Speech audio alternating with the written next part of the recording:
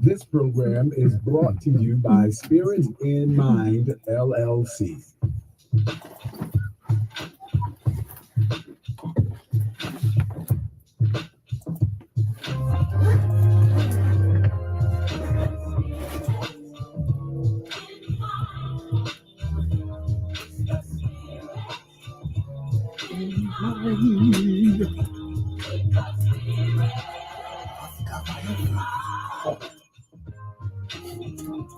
Welcome to the Spirit in Mind broadcast with your hosts, Bishop C. Guy Robinson and Dr. Jonathan Shepard, where we explore faith and mental health perspectives on current affairs. Let's get into today's discussion with the Spirit in Mind. Well, hello everyone, and welcome to Spirit in Mind.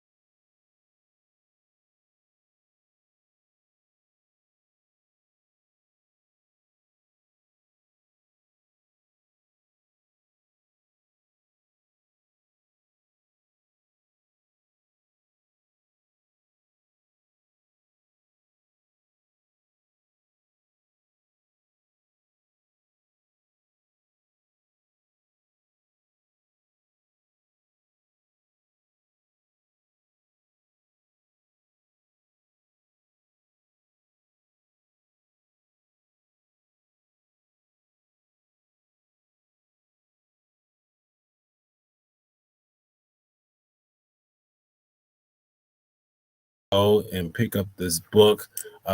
We have it on Amazon. What a different Amazon, pretty much any um, major Amazon, any major booksellers should be able to have it. It's also in Kindle or digital format for those who want to keep it on their iPad or smartphone. Absolutely. And so I want you to know that I do know that it works because I went and purchased five books Hey. just last night. I wanted to make sure that number one, I support Bishop. Bishop knows that I support him. But I also wanted to get the book for some other people who this book might be a blessing for them. And so I got some books, so I plan to give them out. And I want you to consider doing that also because as we are promoting this book and as we are promoting mental wellness within spaces that a lot of people don't talk about that, Bishop. Mhm. I mean, that really is, I really go almost to pause right there. That's just amazing that, and we were just having a short discussion about since the pandemic, how things have shifted and how things have changed. How could this book help with what we're seeing within churches and how they're readjusting to the pandemic, the post-pandemic era, I should say? Absolutely. Let me add to that. The whole goal is the inspiration for the book Mhm. was former. He's late. He's deceased now, but uh, um, Orville Hobart Moore Mhm. was a psychologist, and he asked the question in the 1960s: Has about Christian theology has the church essentially or religion sold its birthright? And with that, we talk about a little bit of that relationship. We talk about the soul. Mhm. What is it? We talk a little bit about what do we mean when we talk about soul, because soul is the Greek word suke, which translates to the German word psyche, which we get psychology, which is really a combination of psyche plus logos, and those two things from which we get the word logic. So it's really a word of logic about the mind, will, and emotions. Mhm. Is really the etymological transliteration of psychology. So we talk a little bit about that relationship.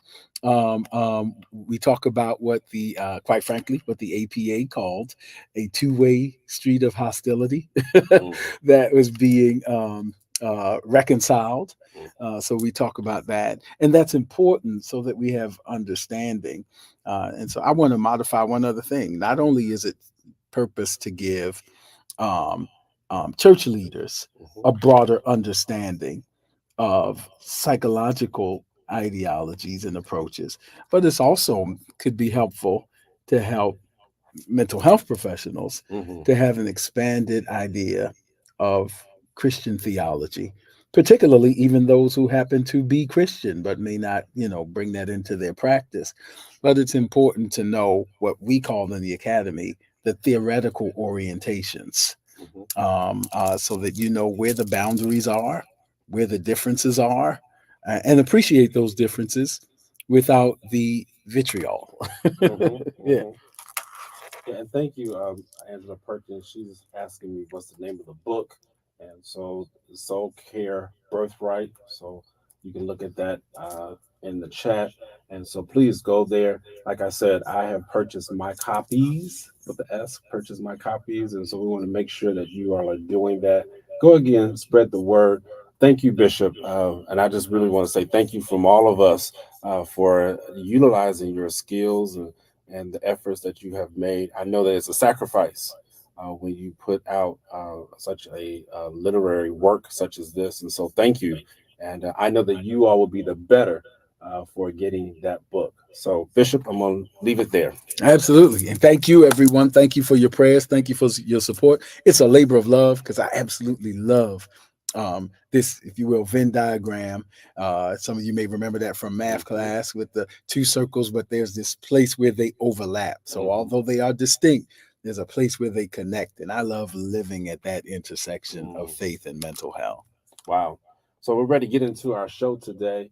And so, Bishop, you want to kick us off? Would like for me to do that? Hey, we're still on transition. Yes, we are. Yes, sir. So we've been talking about it. I'll just leave this for fun. We've been talking about transition for a good while now, actually for months, because actually transitions come in various forms and for various people and in various ways. And perhaps you're going through some transitions. Bereavement, loss is a transition.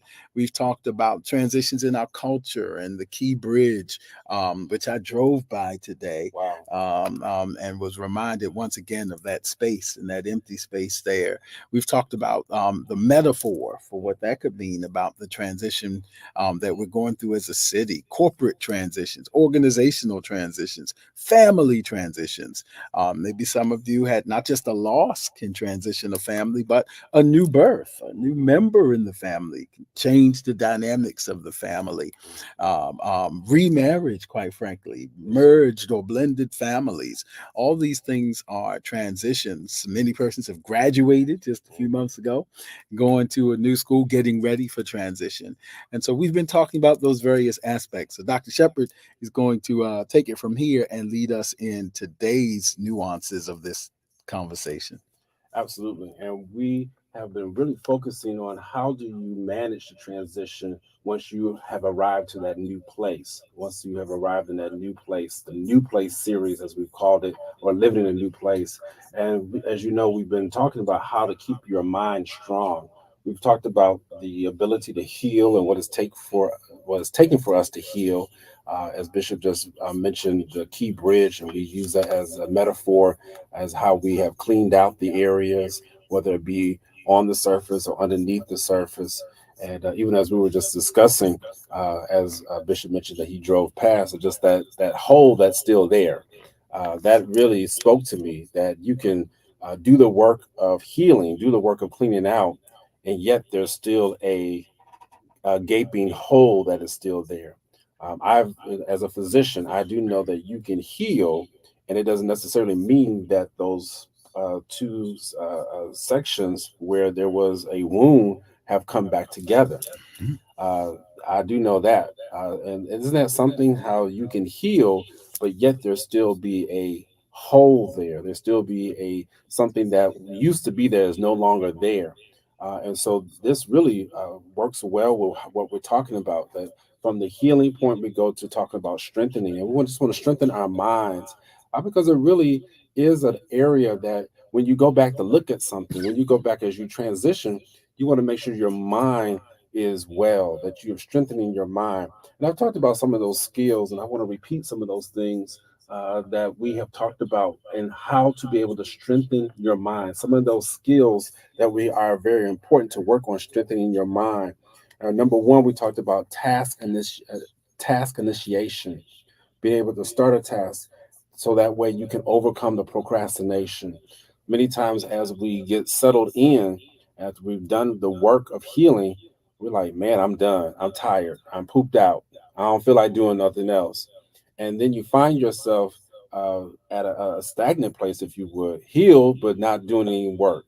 Wow. Mm-hmm. And Mm-hmm. so we want to help move you past that. And even with the Key Bridge, now there is some stalling that is happening as to who's going to be able to pay for that big effort. And Governor Westmore has continued to light the fire. That's where the task initiation is. Now that we've cleaned up the mess, he continues to lead that fire so that we won't get stagnant, that it won't become a procrastination, or procrastination be one of the side effects of what has happened, because we have a person, we have a leader who is moving forward in that project.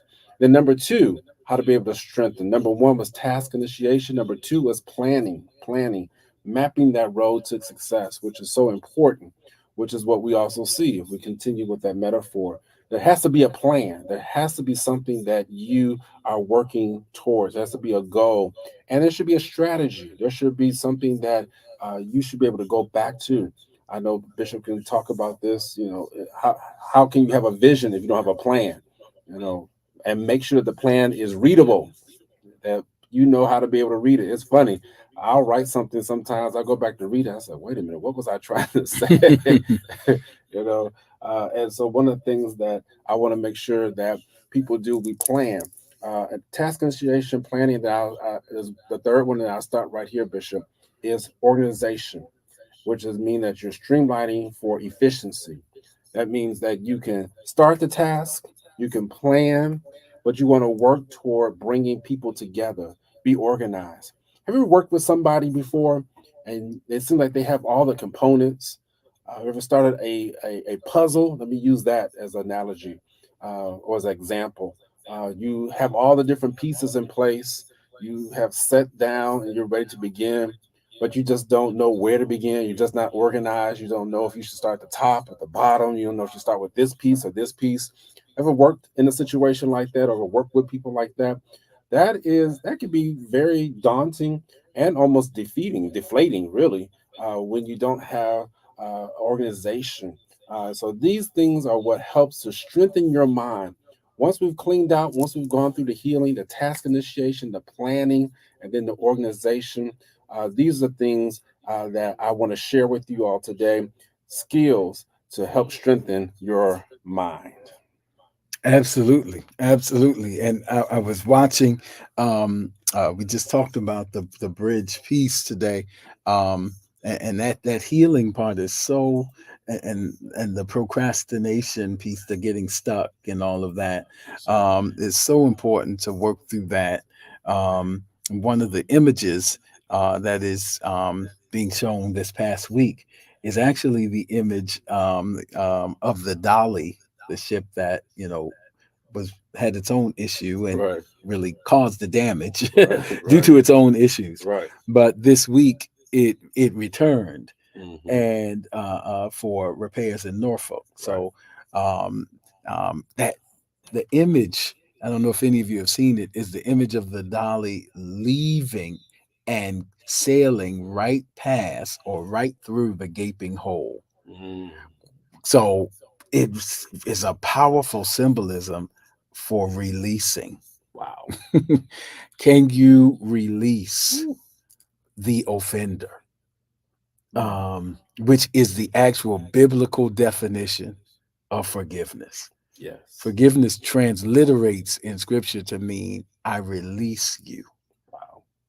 Not with vitriol, but I release you so that I can begin rebuilding. I really, and so to see that ship, and that's not to vilify that ship, because the ship was broken too, Right. which Yep. which really will speak to broken people can hurt people can hurt people, and so, but the image of it going by, leaving all of this devastation that happened while it moves on to get its healing, means that it had to be released. Wow. And for us to get the healing on the bridge side of it, we have to release the thing that really instituted the thing. That's the biblical definition of forgiveness. I let you go, not drop you, but I let you go so that I can begin rebuilding. Wow. And I say that because if we don't do that, then the other pieces that come, that we're given the steps to move on, can be hindered, because sometimes getting stuck and procrastination can be a trauma response. It's the freeze response, like anxiety. I don't know what to do. So how do I rebuild my life after this? And that's why having a plan, and that's why having prayer that gives revelation and insight. And I'll say this and then stop, because we oftentimes cheapen the power of prayer. Yes. But one of the greatest things that prayer does is create mindfulness if we pray right, or as the church mothers used to say, pray through. If we pray through and let patience have its perfect work, God oftentimes gives a strategy, like the widow at Zarephath. Here's a strategy: make a cake for the prophet, take care of the other things, watch God add it. Now, that's a plan. That's a strategy. And prayer, oftentimes, if we stay still and don't just drop off our requests, prayer will give a strategy. Get up, go to the potter's house. I'm going to show you the next step. That's a strategy. Go borrow some vessels. Don't borrow a few, because I'm going to show you how to set your business up. That came to people in prayer, in communication with God, and here's the strategy for how to get to your next step. And so that's very important. Wow. Wow. And really we embody what Bishop was saying earlier before we get to the topic of the intersection between faith and mental health. We're embodying that even here right now in this discussion, because the steps I just gave, you cannot do those 3 steps if there is no release. I mean, that's powerful. Um, it's hard to be able to move forward with strengthening your mind if your mind is still set on getting back at the person, if your mind is still set on holding on to what the person did to you. That release is powerful, Bishop. Yeah. I mean, I felt it as you were saying that, honestly. Yeah. Yes, sir. And even as I say it, to quote Paul again, I count not myself to have apprehended. I'm not a master of this. This is always something we're working on because we're human beings. But when Paul says, and I'll finish with this, when he says, forgetting those things that are behind me, the forgetting in the Greek of the New Testament does not mean that we no longer have recall cognitively. Forgiving doesn't always mean forgetting, Right. in the sense of it's not in my mind. But forgetting in that passage also means sometimes an intentional decision not to ruminate or to dwell on thoughts in a negative way that will keep me from moving forward. So when it comes in my mind, almost even if it's like you handle intrusive thoughts, acknowledge it, reframe it, and move forward. Right. That's what he means. He says forgetting. He can't mean forgetting cognitively in terms of recall, because he just finished giving his history in Right. Philippians 3. I was a Pharisee. I did this. I accomplished this. I accomplished that. But forgetting those things that are behind me. Wow. He means I'm not going to let those moments any longer be places that cause me to get stuck from moving forward. So I release it from my mind in that way. Wow. And you see, that's really how this plays into the whole metaphor, is that we have a leader such as Governor Westmore. Again, I just bring it back to practicality here with this on my side, is that without a leader who will help push it forward, we could get stuck here in Baltimore. I mean, it's very possible that a bridge may never go back up. If no one takes that time to actually say, this is the next plan. And I see that happening so many times where we don't lean on somebody, we don't utilize the help that we have in our circles, or we don't have that pastor figure, or we may have the pastor in our lives, but we don't listen to what he or she may be saying.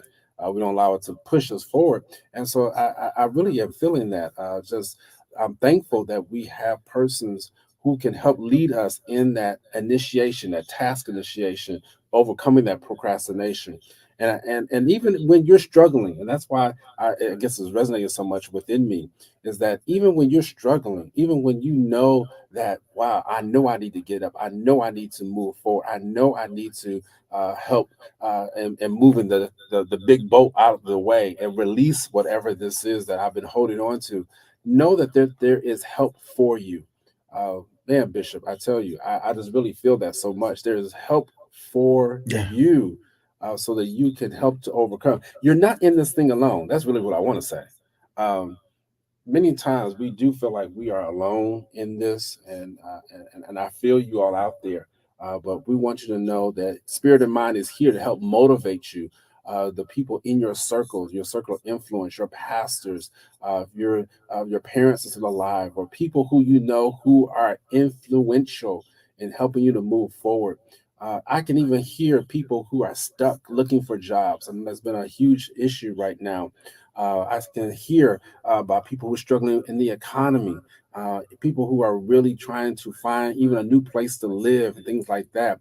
We want to encourage you today that if there's something that's holding you back, be able to release that and be able to help and look for that help and know that the help is there for you.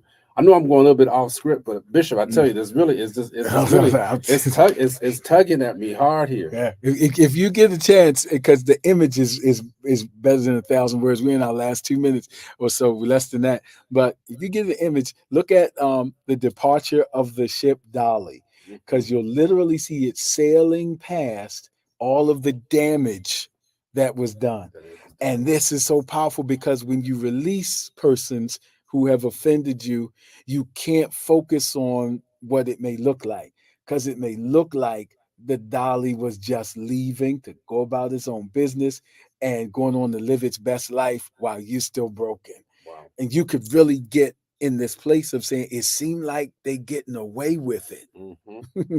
And you could spend so much time ruminating over what it seems like and not having your desire for vengeance appeased or even that. But he says, no, I can't let that take up space in my mind that I need to rebuild what's here. Mm-hmm. So I just gotta, I release you. That's what forgiveness is. It means I can't let this continue to be toxic.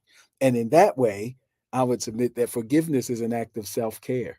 Absolutely. I got to do this because I got to get this out. This ain't even about you. This is about me. I can't be so busy ruminating over, here you go, just going on about your life, sailing on past, huh?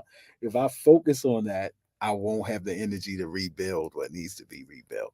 That's key.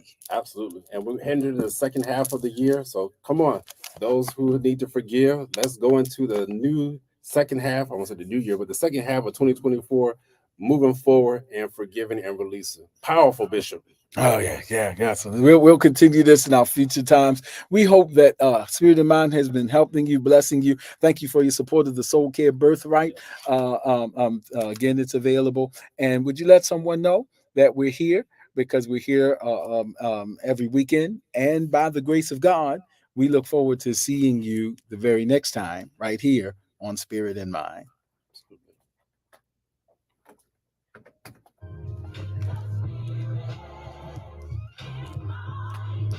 Don't forget to follow us on social media. We're on Facebook at Spirit in Mind, and we're also on Instagram at Spirit in Mind Live. Join us next time for a new episode of Spirit in Mind.